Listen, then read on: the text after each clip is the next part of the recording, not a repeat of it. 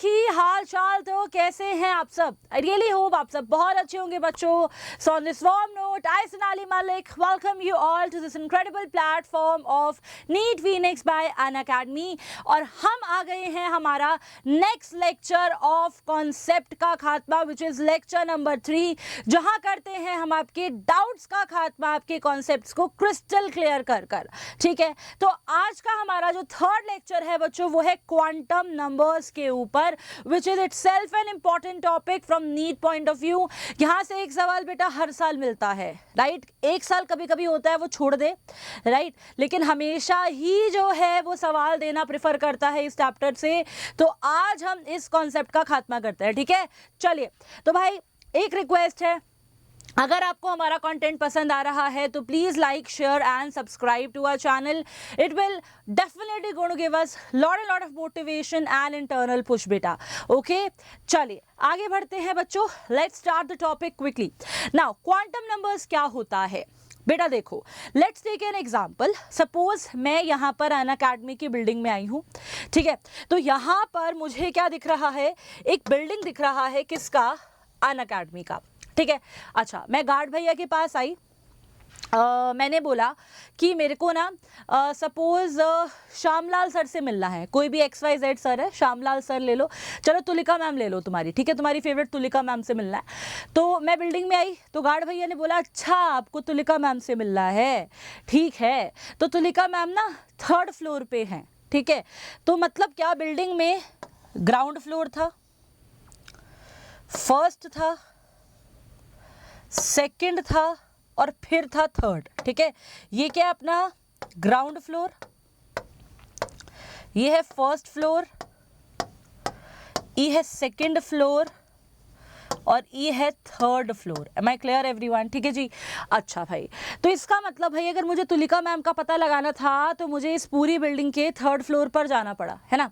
अच्छा, अब 3rd floor पे बेटा बहुत सारे स्टूडियोज थे. ठीक है, तो मुझे बोला गया कि मैम आप स्टूडियो नंबर 1 में जाओ. कहाँ जाओ आप? स्टूडियो नंबर 1 में जाओ. ठीक है, मैं चली गई स्टूडियो 1 में. तो ये क्या है मेरा? ये है स्टूडियो 1. ठीक है, अब स्टूडियो 1 के 2 कॉर्नर्स है, एक है राइट कॉर्नर, एक है लेफ्ट कॉर्नर. ठीक है, अब मुझे अगर तुलिका मैम की एग्जैक्ट लोकेशन बतानी है तो मुझे पता करना पड़ेगा ना कि वो राइट कॉर्नर में है या लेफ्ट कॉर्नर में है. सपोज ये है मेरा राइट कॉर्नर और ये है मेरा left corner. Am I clear everyone? ठीक है, तो इसका मतलब तुलिका मैम की पोजीशन बताने के लिए मैं बिल्डिंग में गई, बिल्डिंग से फिर मैं फ्लोर पे गई, फ्लोर से मैं स्टूडियो में गई, स्टूडियो में मैंने देखा लेफ्ट पे है या फिर राइट पर है. समझे? तो जैसे मुझे मैम की पोजीशन बताने के लिए 4 चीज़ों को डिफाइन करना पड़ेगा, वैसे ही बेटा किसी भी एलिमेंट के एटम के अंदर बहुत सारे इलेक्ट्रॉन्स होते हैं. तुमने इलेक्ट्रॉनिक कॉन्फ़िगरेशन देखी है. ठीक है, राइट. तो इलेक्ट्रॉन की एग्जैक्ट पोजीशन बताने के लिए, एग्जैक्ट लोकेशन बताने के लिए, या फिर ये बोलो एग्जैक्ट इंफॉर्मेशन अगर तुम्हें बतानी है about all the electrons in an atom, तो तुमको सेट ऑफ 4 नंबर चाहिए होते हैं जिनको हम बोल देते हैं क्वांटम नंबर्स. ठीक है, तो यहाँ पर हम क्या बोलेंगे? हम बोलेंगे कि भैया क्वांटम नंबर्स क्या है? सेट ऑफ 4 नंबर्स हैं जो क्या करते हैं बेटा, किसी भी इलेक्ट्रॉन की एक एटम के अंदर कंप्लीट इंफॉर्मेशन हमको दे देते हैं. ठीक है जी, चलिए आगे बढ़ते हैं बच्चों. अब देखिए क्वांटम नंबर्स अगर हमको डिटेल में पढ़ना है तो हमको थोड़ा सा आइडिया लेना पड़ेगा बेटा इलेक्ट्रॉन के बारे में. अब हमने बोला कि क्वांटम नंबर्स क्या कर रहे हैं? इलेक्ट्रॉन की इंफॉर्मेशन दे रहे हैं. हम मानते थे अभी तक कि इलेक्ट्रॉन जो है वो शेल में प्रेजेंट होता है ना? 9th-10th तक तो यही मिथ था हमारे अंदर. ठीक है, लेकिन एक्चुअल में क्या होता है बेटा? शेल के अंदर क्या होते हैं? सब शेल होते हैं. क्या होते हैं पुत्र जी? सब शेल होते हैं. ठीक है, सब शेल के अंदर होती हैं ऑर्बिटल्स. ठीक है, राइट, समझ रहे हो? और ऑर्बिटल्स में होता है इलेक्ट्रॉन. क्या होता है? इलेक्ट्रॉन. अब ये जो इलेक्ट्रॉन है वो क्लॉकवाइज भी हो सकता है. क्या हो सकता है इलेक्ट्रॉन? क्लॉकवाइज. क्लॉकवाइज मतलब वो न्यूक्लियस के अराउंड जो स्पिन कर रहा है वो क्लॉकवाइज डायरेक्शन में भी कर सकता है या फिर एंटी क्लॉकवाइज में भी कर सकता है. ठीक है, तो क्लॉकवाइज स्पिन भी कर सकता है या फिर हम क्या बोल सकते हैं पुत्र जी? एंटी क्लॉकवाइज स्पिन भी जो है वो कर सकता है. तो इसका मतलब इलेक्ट्रॉन एक शेल के, एक सब शेल के एक ऑर्बिटल में है और वो इलेक्ट्रॉन क्लॉकवाइज भी स्पिन कर सकता है और एंटी क्लॉकवाइज भी। अब इलेक्ट्रॉन की पोजीशन बता कौन रहे हैं? Quantum number. तो बेटा सबसे पहले हमें क्या पता करना पड़ेगा? शेल। तो शेल के बारे में कौन सा क्वांटम नंबर हमें आइडिया देता है बेटा? फर्स्ट क्वांटम नंबर n, जिसे हम क्या बोल देते हैं? Principal quantum number. ये हमें क्या बताता है बेटा? शेल के बारे में बताता है, ठीक है। नेक्स्ट है एजीमुथल क्वांटम नंबर, इसको हम डिनोट करते हैं बेटा L से, और ये हमें बताता है कि एक शेल के कौन से सब शेल में जो है मेरा इलेक्ट्रॉन है, ठीक है। उसके बाद बेटा जी, एक सब शेल के अंदर हमारी ऑर्बिटल्स होती हैं, तो इलेक्ट्रॉन किस ऑर्बिटल में है वो कौन बताता है? Magnetic quantum number which is m। तो ये किसके बारे में बताएगा बेटा जी?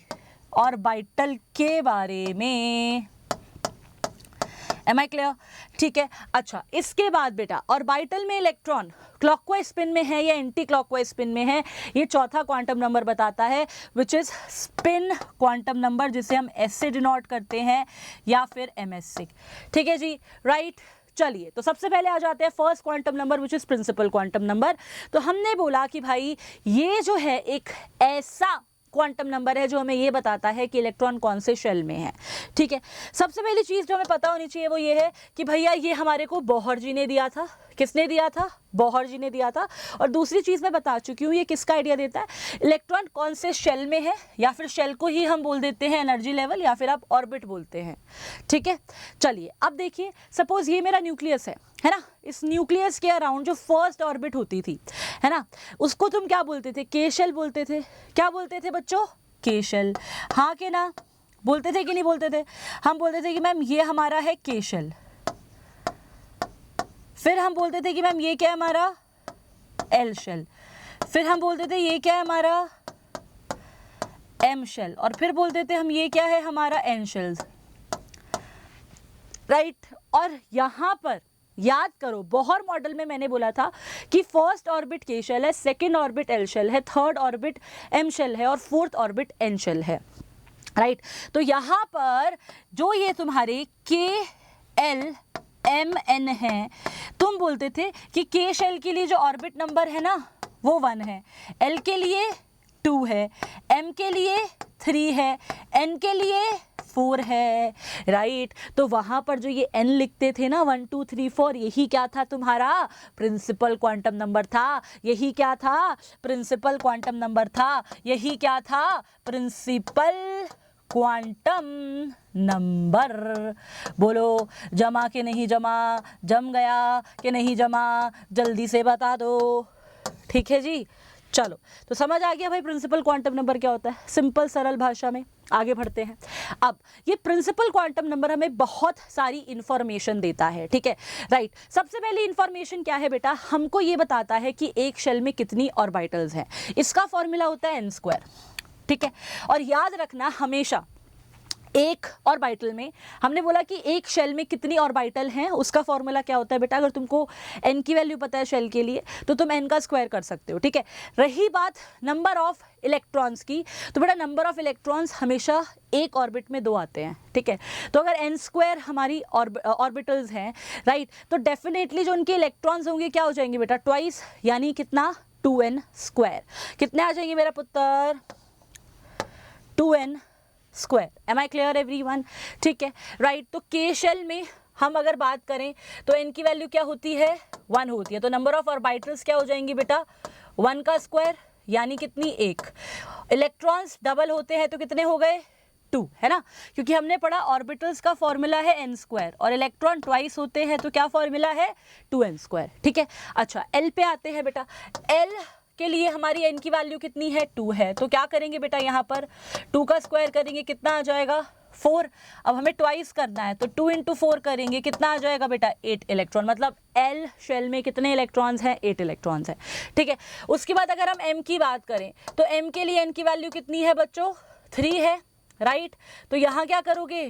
3 का स्क्वायर, कितना आ गया? 9। और ट्वाइस इलेक्ट्रॉन होते हैं तो 2 × 9 करोगे, कितना आ जाएगा? 18। यहाँ करोगे बेटा n शेल में, कितना आएगा? 16। 2 × 16 करोगे, कितना आ जाएगा? 32। ठीक है, तो हमने किया एलिमेंट शेल में नंबर ऑफ ऑर्बिटल्स और नंबर ऑफ इलेक्ट्रॉन्स जो है बच्चों निकालने सीख लिए हैं। आगे बढ़े, चलो अब आ जाते हैं सेकंड क्वांटम नंबर पे, जो है हमारा एजीमुथल क्वांटम नंबर। बेटा एजीमुथल क्वांटम नंबर को जो है सोमरफेल्ड ने दिया था, ठीक है, राइट, और तुम इसको orbital angular momentum quantum number भी बोलते हो, at the same time subsidiary quantum number भी बोलते हो। सब्सिडरी मतलब जो एक के बाद आए, जैसे ही प्रिंसिपल की बात आता है इसलिए सब्सिडरी बोलते हैं, और इसकी हेल्प से हम एंगुलर मोमेंटम जो है कैलकुलेट कर सकते हैं, ऑर्बिटल एंगुलर मोमेंटम, इसीलिए इसका नाम orbital angular momentum quantum number भी रख दिया जाता है, लेकिन कैलकुलेशन इस पे नहीं आती है। ठीक है, चलिए तो बेटा यहाँ पर अगर मैं बात करूँ आपके एजीमुथल क्वांटम नंबर की, तो हमने बोला सबसे पहले तो हम इसे स्मॉल n से डिनोट करते हैं, स्मॉल l से क्या करेंगे, डिनोट करेंगे। ठीक है, राइट। अब अगर आपको प्रिंसिपल क्वांटम नंबर पता है तभी ही आप एजीमुथल क्वांटम नंबर निकाल सकते हैं। ठीक है, तो हम क्या बोलते हैं, हम बोलते हैं for a given value of n, for a given value of n, L is equals to 0 to n-1।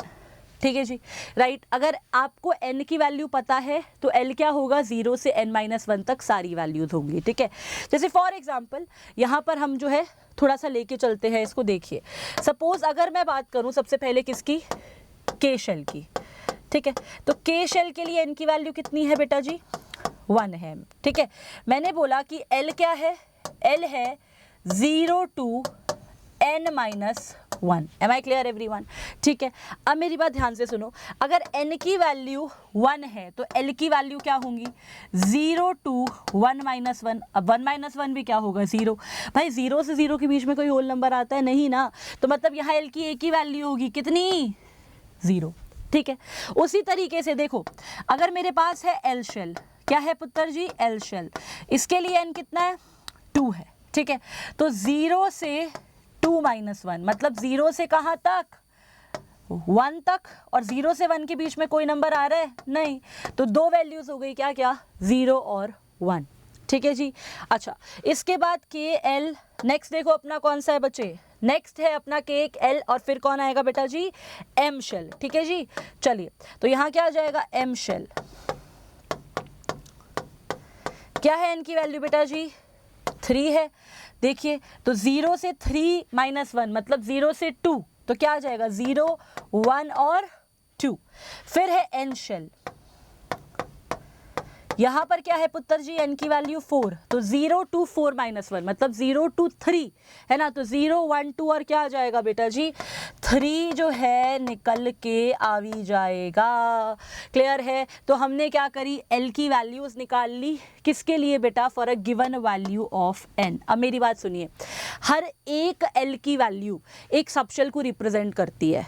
ठीक है, क्या बोला मैंने, हर एक L की वैल्यू किसको रिप्रेजेंट करती है, एक सबशेल को रिप्रेजेंट करती है। ठीक है, तो जब n की वैल्यू 1 है, मतलब फर्स्ट शेल की मैं बात करूं तो उसमें एक ही L की वैल्यू आई है, मतलब उसमें कितने सबशेल हैं बेटा, एक ही सबशेल है।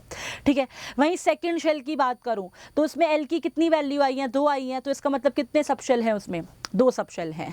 ठीक है, m शेल की बात करूं, n की वैल्यू 3 है और L की भी 3 वैल्यूज आई है, मतलब कितने सबशेल हैं, 3 सबशेल हैं। इसका मतलब क्या कि एक शेल का जितना शेल नंबर यानी जितना ऑर्बिट नंबर होता है उसमें उतने ही क्या होते हैं, सबशेल। ठीक है, तो एक फॉर्मूला हमने यहाँ से डराइव करा, क्या, number of subshell in a given shell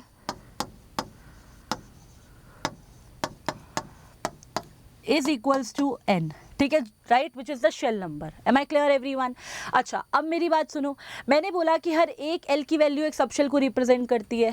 ठीक है, तो तुम क्या करते हो बेटा, डेजिग्नेशन देते हो।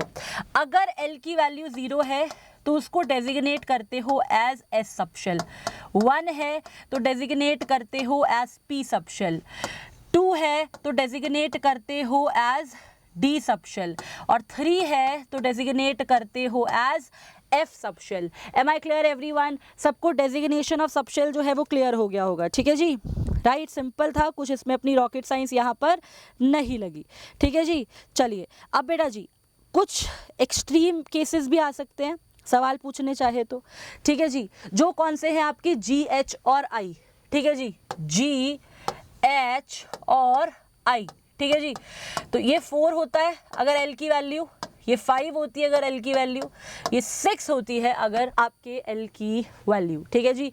तो जी, एच, आई आप डेजिग्नेशन करते हैं, लेकिन आपकी पीरियोडिक टेबल में एफ तक काम हो जाता है ना। अब सुनो, हम जो है रिप्रेजेंटेशन कैसे करेंगे एक सबशेल की, देखो ध्यान से।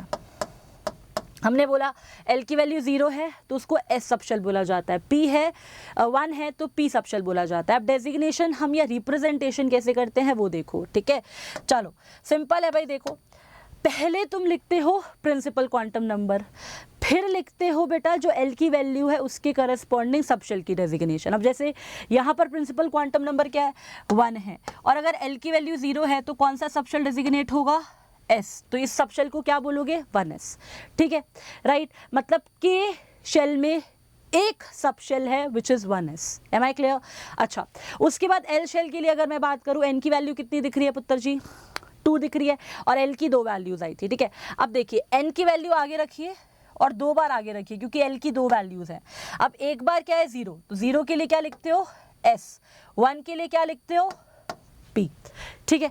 वैसे ही M में N की वैल्यू 3 है, L की 3 वैल्यूज आई हैं, ठीक है जी। तो देखो यहाँ पर 3 लिख लो 3 बार। अब 0 के लिए S, 1 के लिए P, 2 के लिए D, ठीक है जी। मतलब थर्ड शेल में 3 सबशेल हैं, कौन कौन से 3S, 3P और 3D, ठीक है जी। अच्छा N शेल की अगर हम बात करें तो N शेल में देखिए आपकी 4 वैल्यूज आ रही हैं, तो आप क्या करिए 4 को 4 बार लिख लीजिए, 4 4 4 4, ठीक है। अब देखिए L 0 है तो S, 1 है तो P, 2 है तो D, 3 है तो F। Am I clear everyone? Okay, तो यहाँ पर आपने रिप्रेजेंटेशन ऑफ सबशेल करना सीख लिया है, ठीक है जी।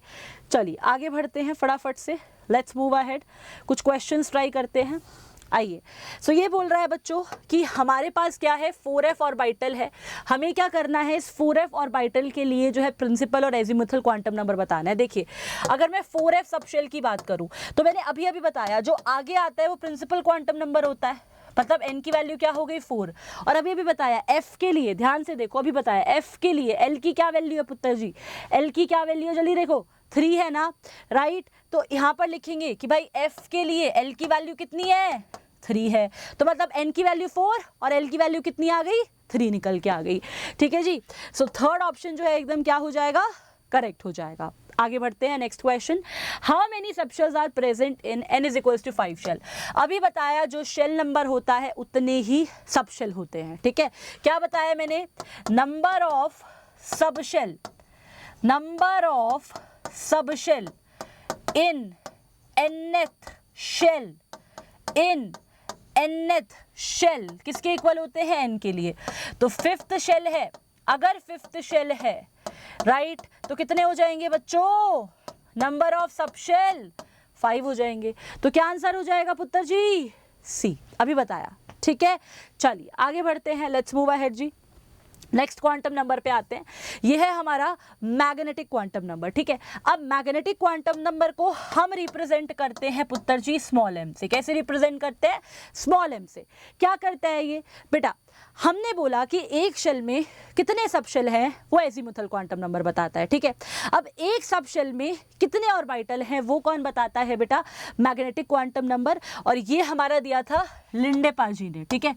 एक दिन लिंडे-पाजी जो है टिंडे लेने गए, क्या हुआ, लिंडे-पाजी टिंडे लेने गए और उन्होंने क्या डिस्कवर कर दिया उसी क्षण, magnetic quantum number. Just kidding क्योंकि बहुत टाइम से सीरियस पढ़ाई चल रही है। अब तुम सोचोगे मैम कॉन्सेप्ट का खात्मा में आपको क्या हो गया है, आप इतना जल्दी क्यों पढ़ाते हो, क्योंकि बेटा शॉर्ट में पढ़ाना है और ज़्यादा से ज़्यादा तुम्हारा टाइम नष्ट नहीं करना है, बस यही रीज़न है, ठीक है। चलो तो यहाँ पर मेरे बच्चा अगर मैं बात करूँ मैग्नेटिक क्वांटम नंबर की, हमने बोला कि एक सबशेल में कितनी ऑर्बिटल है वो मैग्नेटिक क्वांटम नंबर बताता है। अब अगर तुमको L की वैल्यू पता है तभी ही तुम M की वैल्यू बता सकते हो, ठीक है। अगर तुम्हारे पास एक L की वैल्यू है तो उसके लिए M की क्या क्या वैल्यूज हो सकती हैं बेटा, -L, 2 0, 2 + L, am I clear everyone? ठीक है, अब जैसे फॉर एग्जांपल मेरे पास एस सब शेल है, क्या है मेरे पास? S subshell. तो एस सब शेल के लिए एल की वैल्यू क्या होती है? 0। तो एम की क्या वैल्यू हो जाएंगी बेटा? हमने बोला m is equals to minus l to 0 2 plus l. अब देखो -0 से 0 से +0 तक सारे नंबर्स। अब देखो -0 + 0 कुछ होता है? कुछ नहीं होता ना बेटा। तो इसका मतलब यहाँ पर m की कितनी वैल्यूज है बेटा? एक ही वैल्यू है विच इज 0। अब m की एक ही वैल्यू है, इसका मतलब क्या है कि s सब शेल में एक ही ऑर्बिटल आता है। ठीक है, तो मतलब अगर मैं डब्बों की बात करूं तो यहाँ एक फ्लोर पर एक ही कमरा है, ऐसा समझ रहे हो क्या? एक फ्लोर पर एक ही कमरा है। ठीक है, और उस कमरे को तुम बोल सकते हो s orbital. Am I clear everyone? ठीक है, अच्छा रही बात p सब शेल की, l की वैल्यू कितनी है? 1। तो देखो m की वैल्यूज क्या होंगी? -l बोले तो -1 से 0 से +1। अब मुझे बताओ कोई इंटीजर आता है -1 से 0 के बीच में? नहीं आता ना बेटा। तो मतलब m की कितनी वैल्यू हो गई? 3। तो मतलब p सब शेल में कितनी ऑर्बिटल्स होंगी? 3 ऑर्बिटल्स। मतलब एक फ्लोर पर कितने कमरे? 3 कमरे। ठीक है, राइट। सो ये हो गए हमारे ये एक फ्लोर, और इस पे कितने कमरे हो गए बेटा? 3 कमरे हो गए। Am I clear everyone? ठीक है, अब हम ऑर्बिटल की डेजिग्नेशन एक लेक्चर में कवर करेंगे, लेकिन मैं बता दूं हम 3 डेजिग्नेशन लेते हैं। एक हम लेते हैं pz, स्मॉल p है ये, एक होता है px, एक होता है py। ठीक है, अब देखो m की 3 वैल्यू है, -1 0 और +1। याद रखना pz के लिए हमेशा ही जो है m की वैल्यू क्या होती है? 0 होती है। ठीक है, राइट। pz ऑर्बिटल के लिए m की वैल्यू हमेशा क्या होगी? 0। रही बात px की, तो अगर px के लिए तुमने m की वैल्यू +1 नहीं है तो ऑटोमेटिकली py के लिए क्या हो जाती है?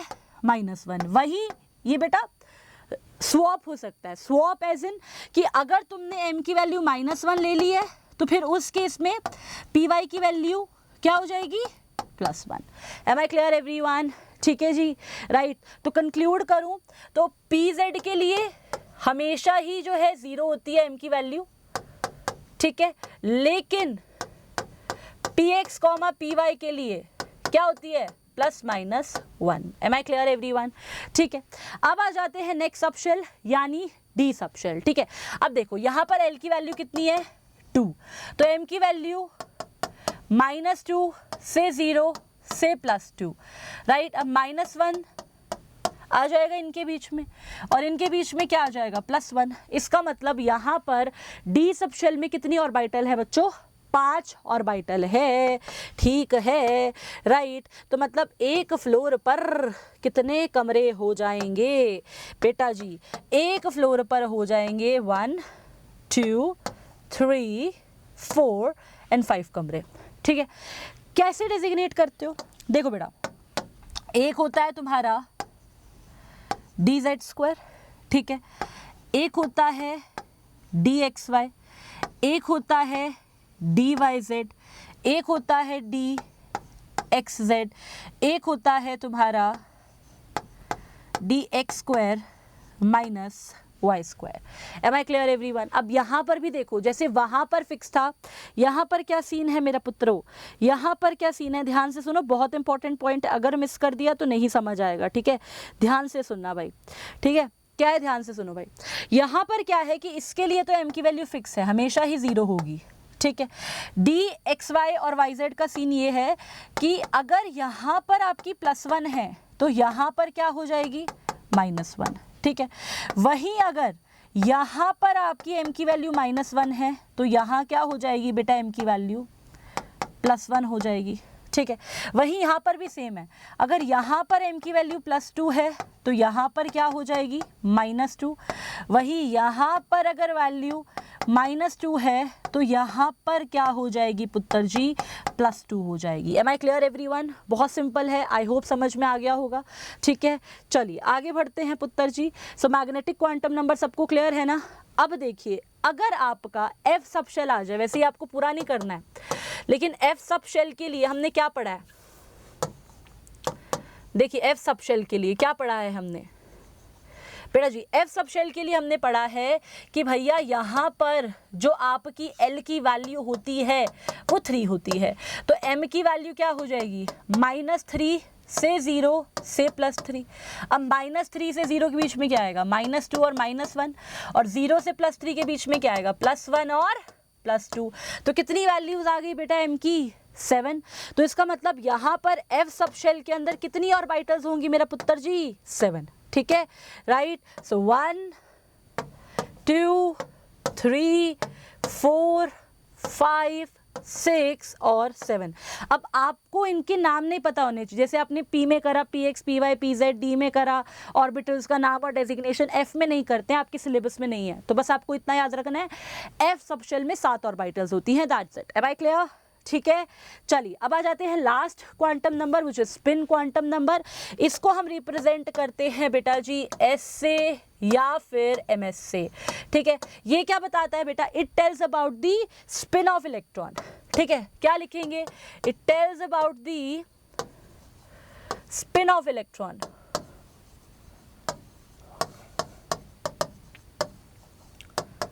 M I clear everyone? ठीक है, किसके बारे में बताता है, स्पिन के बारे में बताता है। अगर जो मेरी इलेक्ट्रॉन की स्पिन क्लॉकवाइज है, ठीक है, तो मैं बोल देती हूँ कि एस की वैल्यू कितनी है, +½ है, राइट, और एंटी क्लॉकवाइज है तो मैं बोल देती हूँ कि बच्चों एस की वैल्यू कितनी है, -1/2 है। वैसे ये स्वॉप हो सकती है, आर्बिट्रेरी होती हैं, इसके लिए भी आप -1/2 कर सकते हो, इसके लिए आप +1/2 कर सकते हो। It is completely arbitrary. Am I clear everyone? Okay, चलिए सो अब आ जाते हैं बेटा जी एक सवाल पर। सवाल बहुत ही अच्छा है।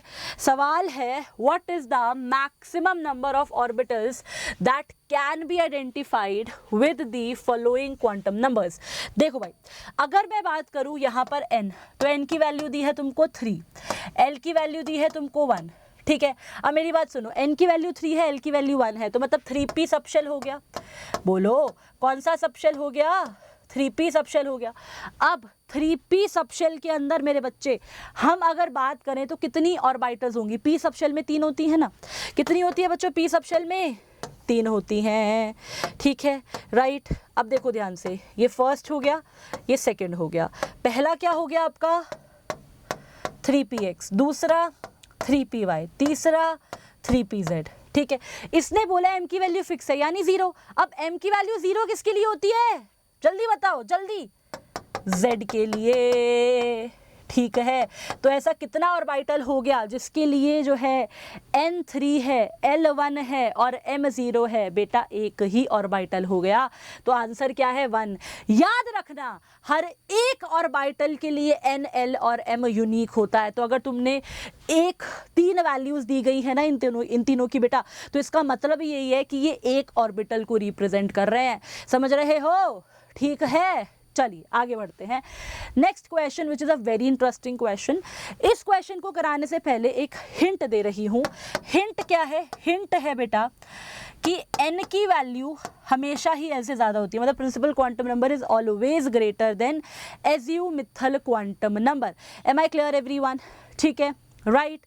चलिए, और दूसरा बेटा l की वैल्यू जो है या तो इक्वल होती है या बड़ी होती है m के मैग्नीट्यूड से। ठीक है, तो अब देखो, अगर मैं बात करूं n की वैल्यू 5 और l की 3, पॉसिबल है। n की वैल्यू ज़्यादा है, l की कम है, चलेगा। ठीक है, l की वैल्यू m से ज़्यादा है, पॉसिबल है। s तो कुछ भी हो सकता है, +½ -½ दोनों चलेगा। ठीक है, सेकेंड देखो भाई, यहाँ क्या है, n की वैल्यू 3 है, l की 2 है। ठीक है, n जो है वो डेफिनेटली हमारा l से बड़ा हो गया।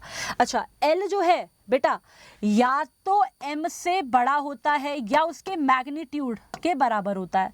ठीक है, तो मतलब अगर l की वैल्यू 2 है ना, राइट, तो बेटा m की वैल्यू 2 हो सकती है या फिर 2 से कम हो सकती है, लेकिन 3 नहीं हो सकती, राइट। तो मतलब ये जो है पॉसिबल नहीं है। तो इसने हमसे पूछा है कि कौन सा जो अरेंजमेंट है यहाँ पर पॉसिबल नहीं है, तो आंसर क्या हो जाएगा, ऑप्शन नंबर बी। ठीक है जी, चलिए, आई होप आपको ये लेक्चर अच्छा लगा हो। So please like, share and subscribe to our channel. Bye.